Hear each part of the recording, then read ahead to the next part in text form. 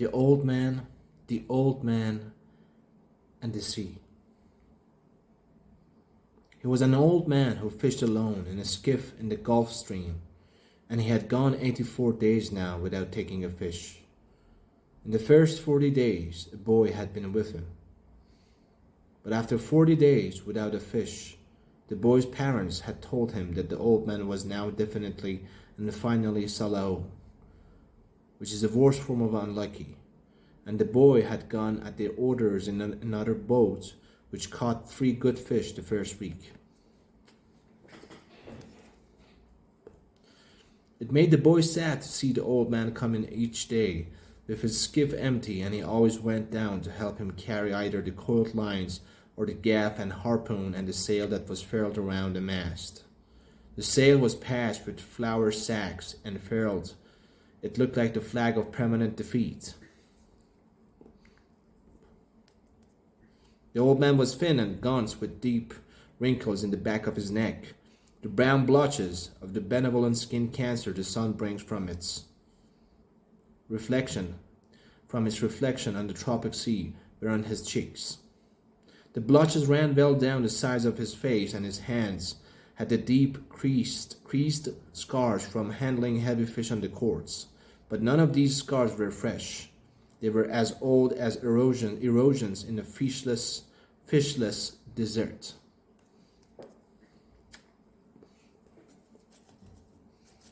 Okay, let's get serious. Everything about him was old except his eyes, and they were the same color as the sea, and were cheerful and undefeated. Santiago, the boy said to him as they climbed the bank from where the skiff was hauled up, I could go with you again. We've made some money. The old man had taught the boy to fish, and the boy loved him. No, the old man said, you're with the lucky boat. Stay with them. But remember how you went 87 days without fish, and then we caught big ones every day for 3 weeks. I remember, the old man said. I know you did not leave me because you doubted. It was Papa made me leave. I'm a boy and I must obey him. I know, the old man said. It is quite normal. He hasn't much faith. No, the old man said, but we have. Haven't we? Yes, the boy said. Can I offer you beer on the terrace, and then we'll take the stuff home? Why not? The old man said, between fishermen. They sat on the terrace, and many of the fishermen made fun of the old man, and he was not angry. Others of the older fishermen looked at him and were sad, but they did not show it, and they spoke politely about the currents and the depths they had drifted their lines at, and the steady good weather, and of what they had seen. The successful fishermen of that day were already in, and had butchered their marlin out and carried them laid full length across 2 planks with 2 men staggering at the end of each plank, to the fish house where they waited for the ice truck to carry them to the market in Havana. Those who had caught sharks had taken them to the shark factory on the other side of the cove, where they were hoisted on a block and tackled, their livers removed, their fins cut off, and their hides skinned out, and their flesh cut into strips for salting. When the wind was in the east, a smell came across the harbor from the shark factory. But today there was only the faint edge of the odor, because the wind had backed it into the north and then dropped off, and it was pleasant and sunny on the terrace. Santiago, the boy said. Yes, the old man said. He was holding his glass and thinking of many years ago.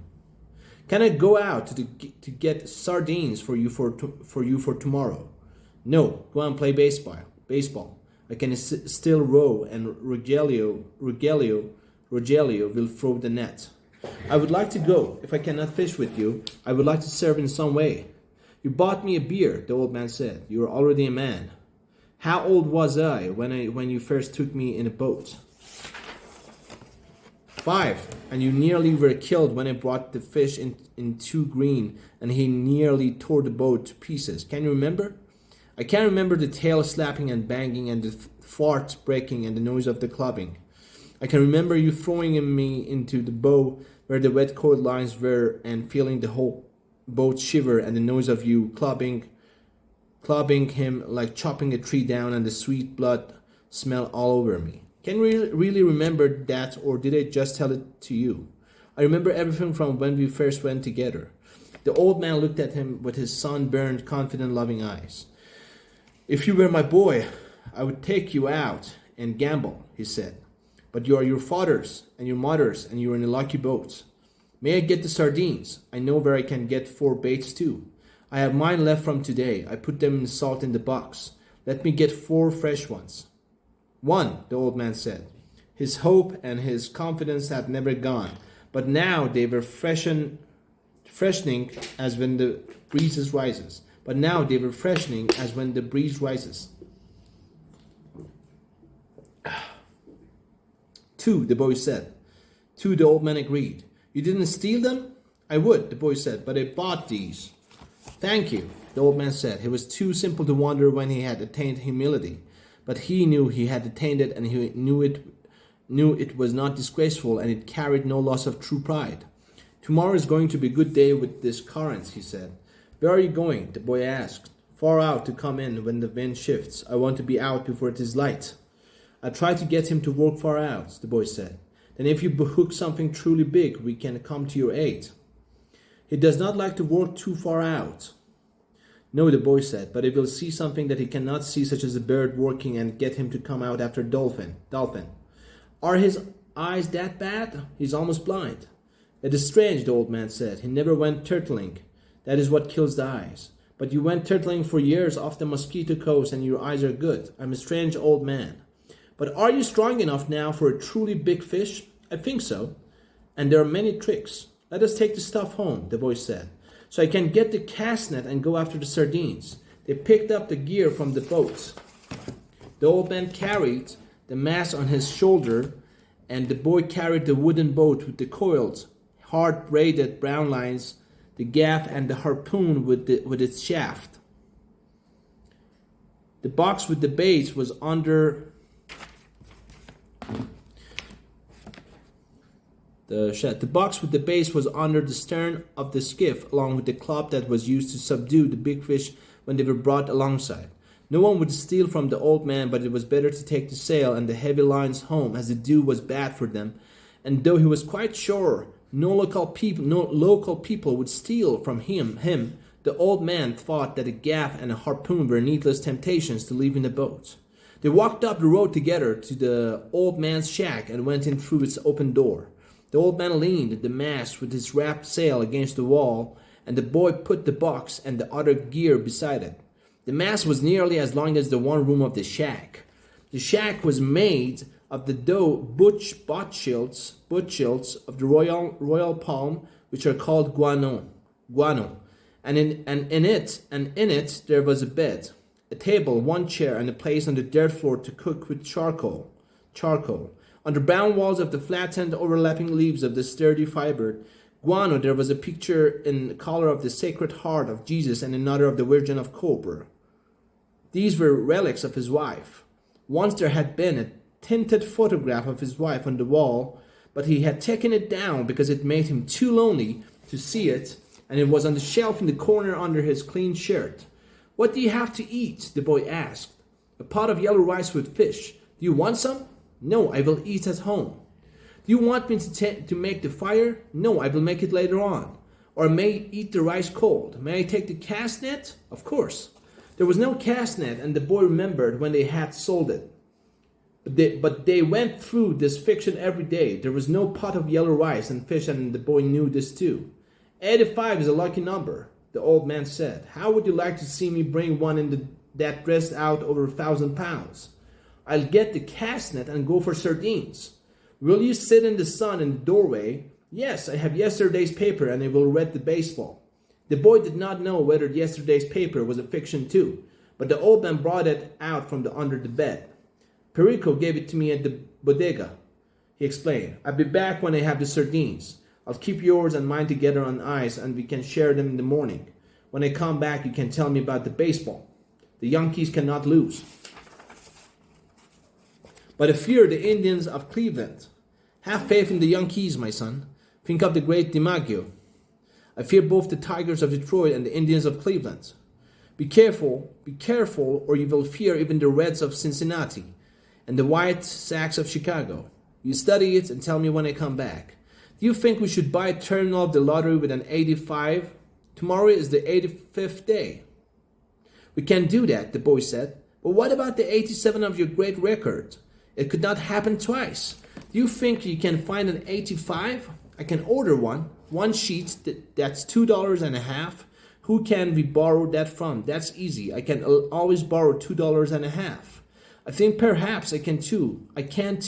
But I try not to borrow. First you borrow, then you beg. Keep warm, old man, the boy said. Remember, we are in September, the month when the great fish come. The old man said, anyone can be a fisherman in May.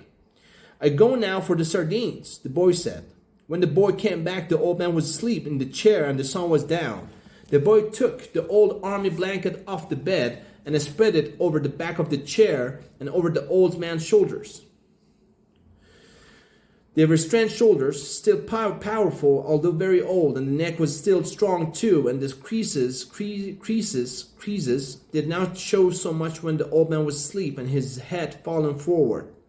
His shirt had been patched so many times that it was like the sail, and the patches were faded to many different shades by the sun. The old man's head was very old though, and with his eyes closed there was no life in his face. The newspaper lay across his knees, and the weight of his arm held it there in the evening breeze. He was barefooted. The boy left him there, and when he came back, the old man was still asleep. "Wake up, old man," the boy said, and put his hand on one of the old man's knees. The old man opened his eyes, and for a moment he was coming back from a long way away. Then he smiled. "What have you got?" he asked. "Supper," said the boy. "We're going to have supper. I'm not very hungry." "Come on and eat. You can't fish and not eat." "I have," the old man said, getting up and taking the newspaper and folding it. Then he started to fold the blanket. "Keep the blanket around you," the boy said. "You'll not fish without eating while I'm alive." "Then live a long time and take care of yourself," the old man said. "What are we eating?" "Black beans and rice, fried bananas, and some stew." The boy had brought them in a 2-decker metal container from the terrace. The 2 sets of knives and forks and spoons were in his pocket, with a paper napkin wrapped around each set. "Who gave this to you?" "Martin, the owner." "I must thank him." "I thanked him already," the boy said. "You don't need to thank him." "I'll give him the belly meat of a big fish," the old man said. "Has he done this for us more than once?" "I think so." "I must give him something more than the belly meat then. He's very thoughtful for us. He sent 2 beers. I like the beer in cans best. I like the beer in cans best." "I know, but this is in the bottles." "Hatuyu beer, Hachu beer," I don't know how to pronounce. "And I take back the bottles." "That's very kind of you," the old man said. "Should we eat?" "I've been asking you too," the boy told him gently. "I have not wished to open the container until you were ready." "I'm ready now," the old man said. "I only needed time to wash." "Where did you wash?" the boy thought.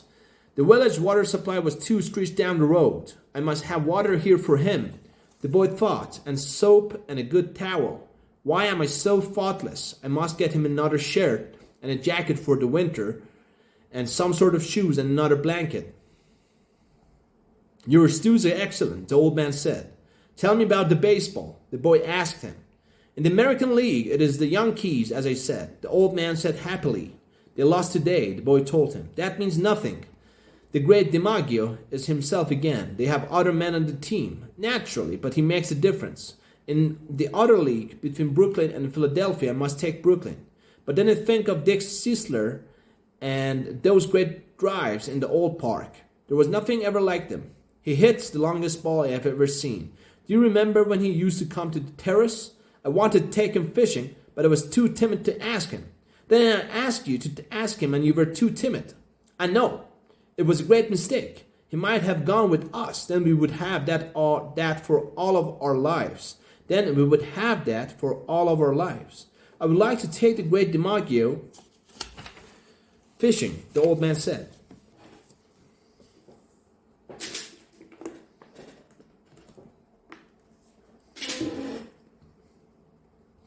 They say his father was a fisherman. Maybe he was as poor as we are and would understand. The great sister's father was never poor, and the father, was playing in the big leagues when he was my age. Just baseball. When I was your age, I was before the mast on a square-rigged ship that ran to Africa, and I have seen lions on the beaches in the evening. I know you told me. Should we talk about Africa or about baseball? Baseball, I think, the boy said. Tell me about the great John McGraw, J. McGraw. He said Jota for J. He used to come to the terrace sometimes, too, in the older days, but he was rough and harsh, spoken and difficult when he was drinking. His mind was on horses as well as baseball. At least, he carried lists of horses at all times in his pocket and frequently spoke the names of horses on the telephone. He was a great manager, the boy said. My father thinks he was the greatest, because he came here the most times. The old man said, if Durocher had continued to come here each year, your father would think him the greatest manager.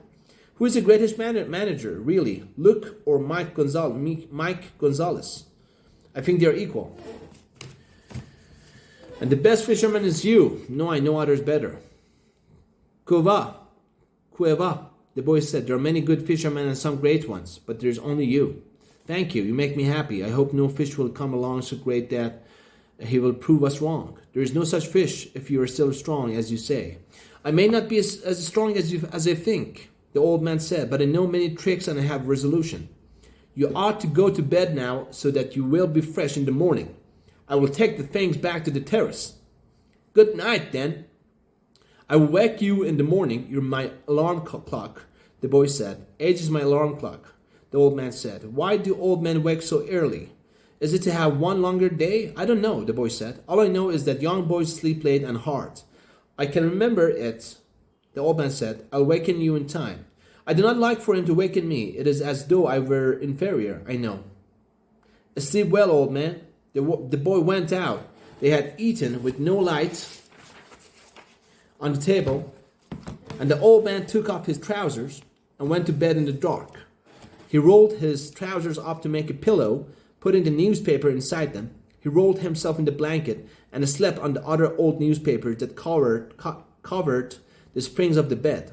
He would sleep in a short time, and he dreamed of Africa when he was a boy, and the long golden beaches and the white beaches, so white they hurt your eyes, and the high capes and the great brown mountains. He lived along that coast now every night, and in his dreams he heard the surf roar and saw the native boats come riding through it. He smelled the tar and oakum of the deck as he slept, and he smelled the smell of Africa that the land breeze brought that morning. Usually when he smelled the land breeze, he woke up and dressed to go and wake the boy. But tonight the smell of the land breeze came very early, and he knew it was too early in his dream, and went on dreaming to see the white peaks of the islands rising from the sea. And then he dreamed of the different harbors and roadsteads of the Canary Islands. He no longer dreamed of storms, nor of women, nor of great occurrences, nor of great fish, nor fights, nor contests of strength, nor of his wife. He only dreamed of places now and of the lions on the beach. They played like young cats in the dusk, and he loved them as he loved the boy.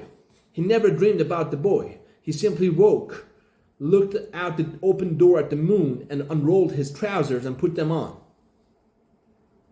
He urinated outside the shack and then went up the road to wake the boy. He was shivering with the morning cold, but he knew he would shiver himself warm, and that soon he would be rowing. The door of the house where the boy lived was unlocked, and he opened it and walked in quietly with his bare feet. The boy was asleep on a cot in the first room, and the old man could see him clearly with the light that came in from the dying moon. He took hold of one foot gently and held it until the boy woke and turned and looked at him. The old man nodded, and the boy took his trousers from the chair by the bed and, sitting on the bed, pulled them on. The old man went out the door, and the boy came after him. He was sleepy, and the old man put his arm across his shoulders and said, I'm sorry. Quava, the boy said. It is what a man must do. They walked down the road to the old man's shack, and all along the road in the dark, barefoot men were moving, carrying the masts of their boats. When they reached the old man's shack, the boy took the rolls of line in the basket and the harpoon and gaff, and the old man carried the mast with the furled sail on his shoulder. Do you want coffee? The boy asked. We'll put the gear in the boat and then get some.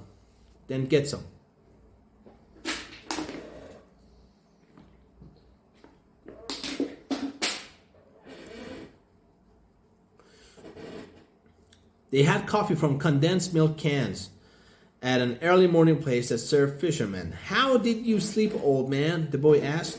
He was waking up now, although it was still hard for him to leave his sleep. "Very well, Manolin," the old man said. "I feel confident today."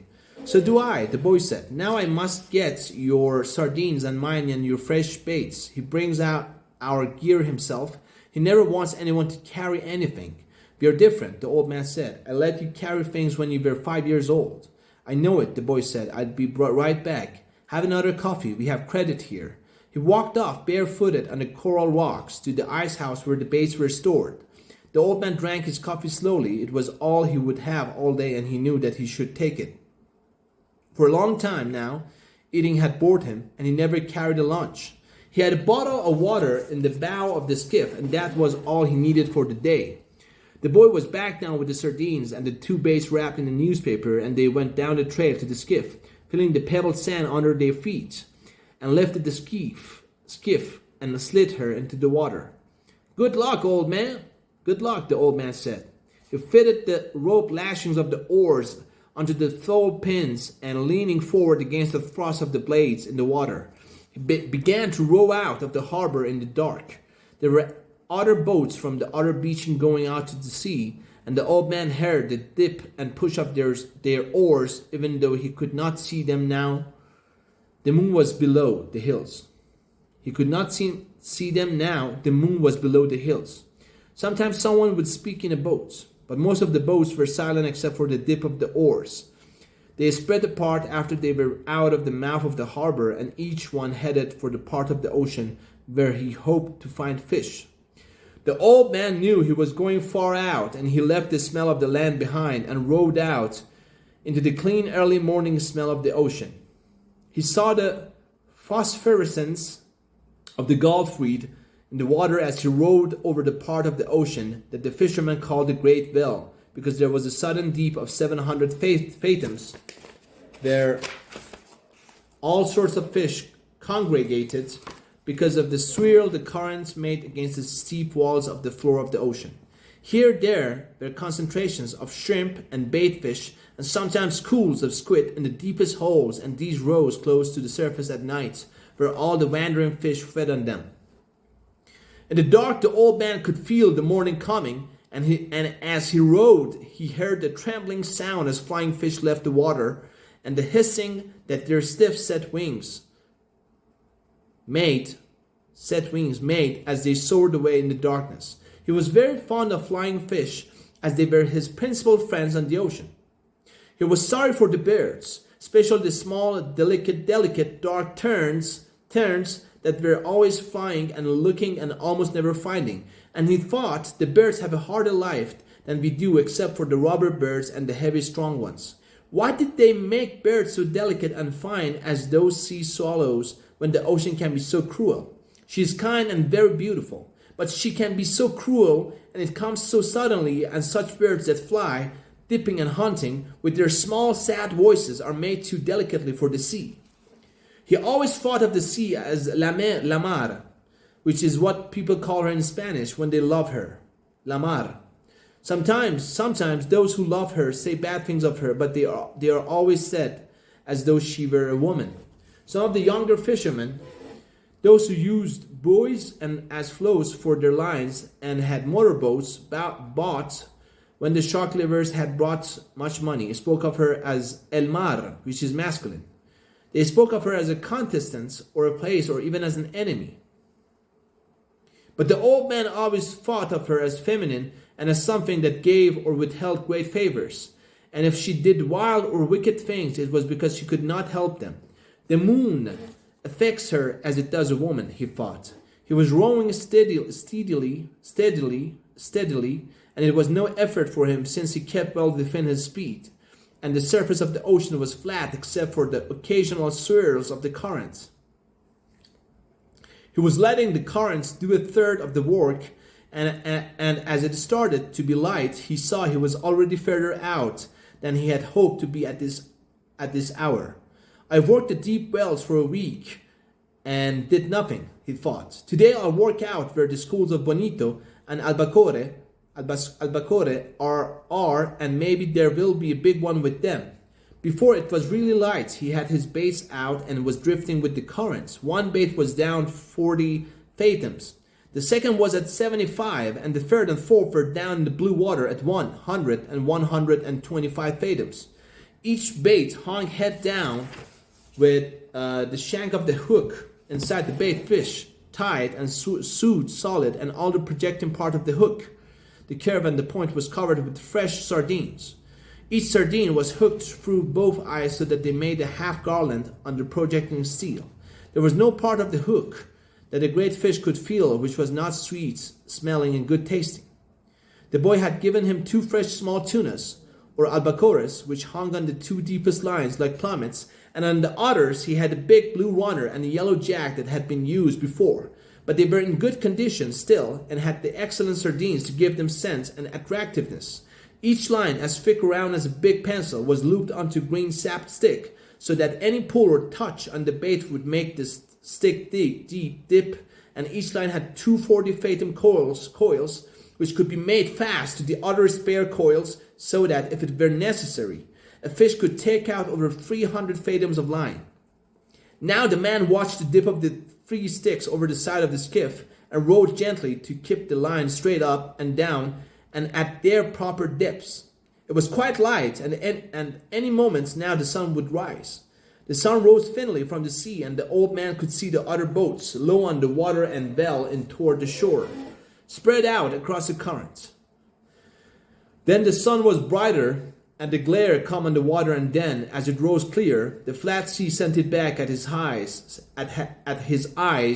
so that it hurt sharply, and he rowed without looking into it.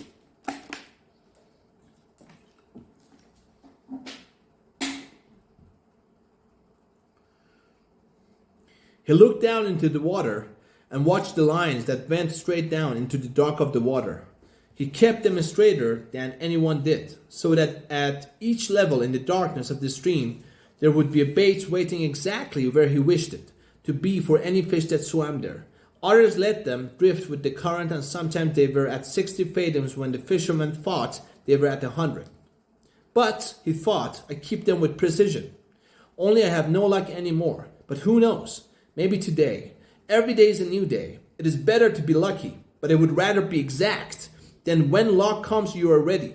The sun was 2 hours higher now, and it did not hurt his eyes so much to look into the east. There were only 3 boats in sight now, and they showed very low and far inshore. All my life the early sun has hurt my eyes, he thought, yet they are still good. In the evening, I can look straight into it without getting the blackness. It has more force in the evening too, but in the morning it is painful. Just then he saw a man of war. Page 26, I stop here. First session, finished.